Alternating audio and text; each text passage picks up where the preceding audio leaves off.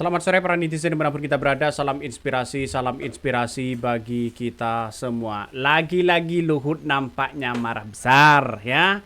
Ketika ada kritikan-kritikan dari masyarakat ya soal bagaimana hashtag kabur aja, terus kemudian mengkritik 100 hari kepemimpinan seorang Prabowo begitu kan. Nampaknya ya Luhut lagi. Coba kita bayangkan, apa sih prestasi Pak Luhut? Nah, itu kan yang mesti dipertanyakan. Sejak Pak Jokowi memimpin 2 periode, Luhut itu ada di situ, bos. Tapi apa yang dilakukan oleh Luhut? Keberhasilan apa? Terobosan baru apa? Kan itu yang seharusnya juga menjadi pertimbangan. Jadi dari pertimbangan-pertimbangan masyarakat ini kan sudah melihat bagaimana begitu kan ya sekarang ini apa yang akan dilakukan oleh bangsa kita. Kalau masyarakat yang kemudian dikatakan ya tunggu saja, ini kan masih 100 hari kepemimpinannya, tunggu saja, sampai kapan begitu kan ya. Ini apa pendapat kalian tentang ya umpatan Luhut ini ya? Ya Luhut lagi di situ. Nampaknya masyarakat ya ketika mengkritik sana sini begitu sehingga menjadi trending. Nampaknya ya Pak Luhut ini tidak terima kalau seorang Prabowo dikritik begitu kan. Dulu tidak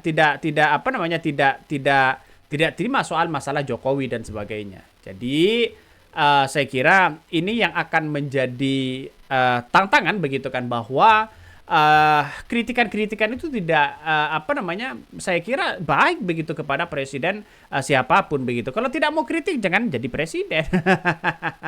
Ada yang mengatakan muak bang ya. Jadi ini menjadi trending begitu Pak Luhut ini. Ini menjadi trending sekarang ini. Kan ngeri-ngeri sedap bos pada akhirnya. Coba kita baca ya komentar-komentar dari netizen nih.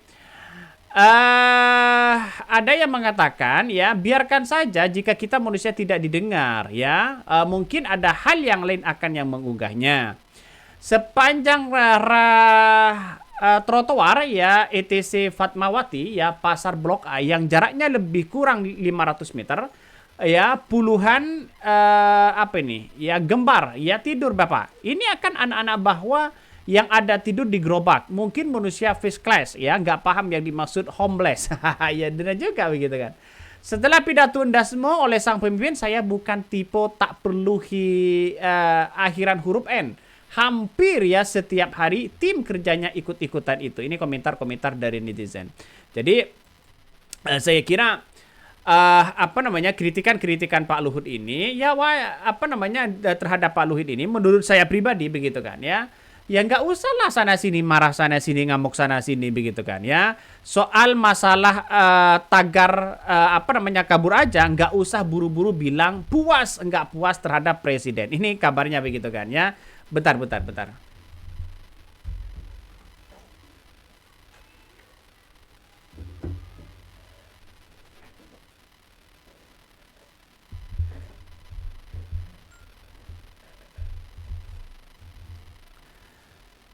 Jadi artinya apa? Artinya apa yang kemudian dikritik oleh masyarakat wajar karena masyarakat yang menggaji ini semua.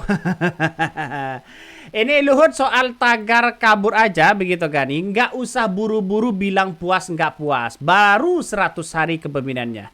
Mau nunggu kapan ya? Loh, jadi 10 tahun kepemimpinan Jokowi katanya janji 10 juta lapangan pekerjaan. Lalu ekonomi meroket dan janji lainnya terrealisasi nggak pung.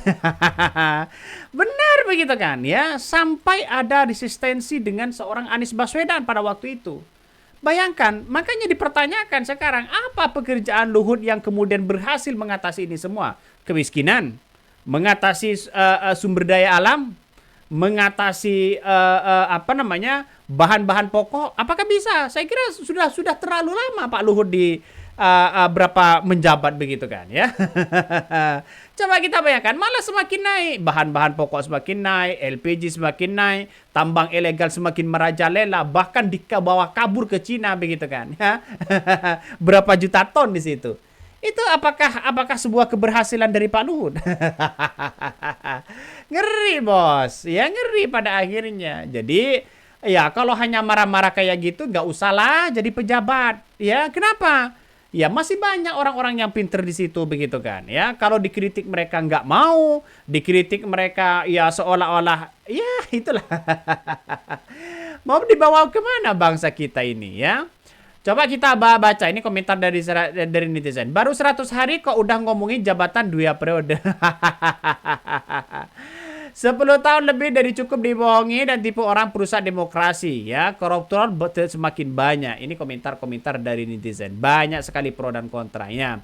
Itu tandanya rakyat pesimis, Pak, ya, dengan menteri-menteri yang ada. Pemangkasan anggaran, terutama pendidikan. Ya, pas ya kampanye berantas korupsi setelah menjabat ya ampuni koruptor, malah teriak-teriak hidup Jokowi, hidup Jokowi. Ganti lagi, ganti lagi. Dulu begitu kan. Dulu ucapan dari siapa? Dari Pak Luhut mengatakan mau pensiun. Tapi kenapa kok masih bergabung lagi? Nikmat juga kekuasaan itu. Benar kan ya?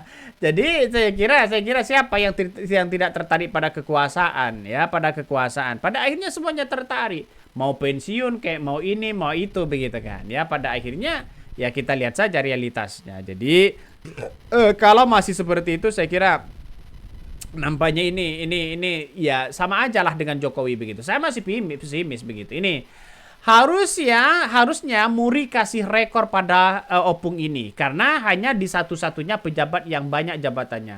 Kabarnya 20 jabatan mulai 2014 sampai 2024. Banyak sekali yang dirilis oleh netizen ini. Tapi bagaimana dengan mereka yang sudah cukup lama menunggu perubahan dan akhirnya memilih kabur aja dulu? Bukankah ini sinyal ketidakpercayaan terhadap arah ekonomi negara? Sebagai Ketua Dewan Ekonomi Nasional, apa langkah konkret yang sudah diberikan kepada Presiden Prabowo? Betul.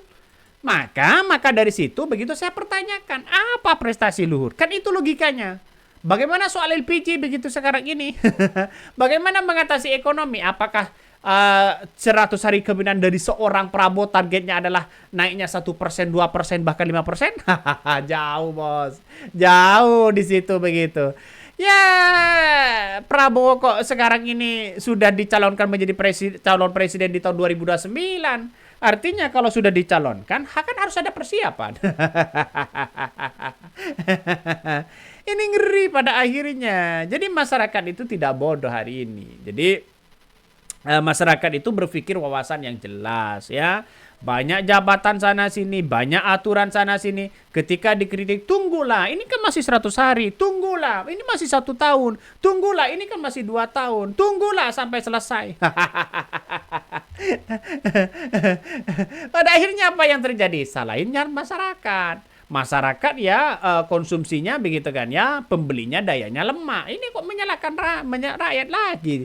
Kan lucu pada akhirnya. Jadi saya kira sekarang ini ya yang paling penting itu adalah menciptakan lapangan pekerjaan ya.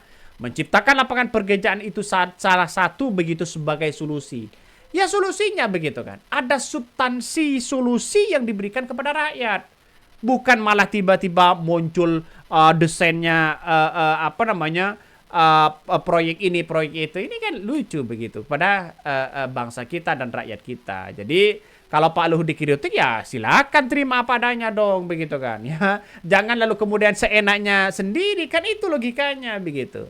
Jadi kalau dikritik ya aja, berikan solusi. Makanya tidak heran ketika para pengamat mengatakan ketika mengkritik para pejabat di situ, seharusnya pejabat tidak perlu membalas itu. Lebih baik ya membalas dengan sebuah karya, membalas sebuah solusi bagaimana yang terjadi. Jadi ini yang paling penting.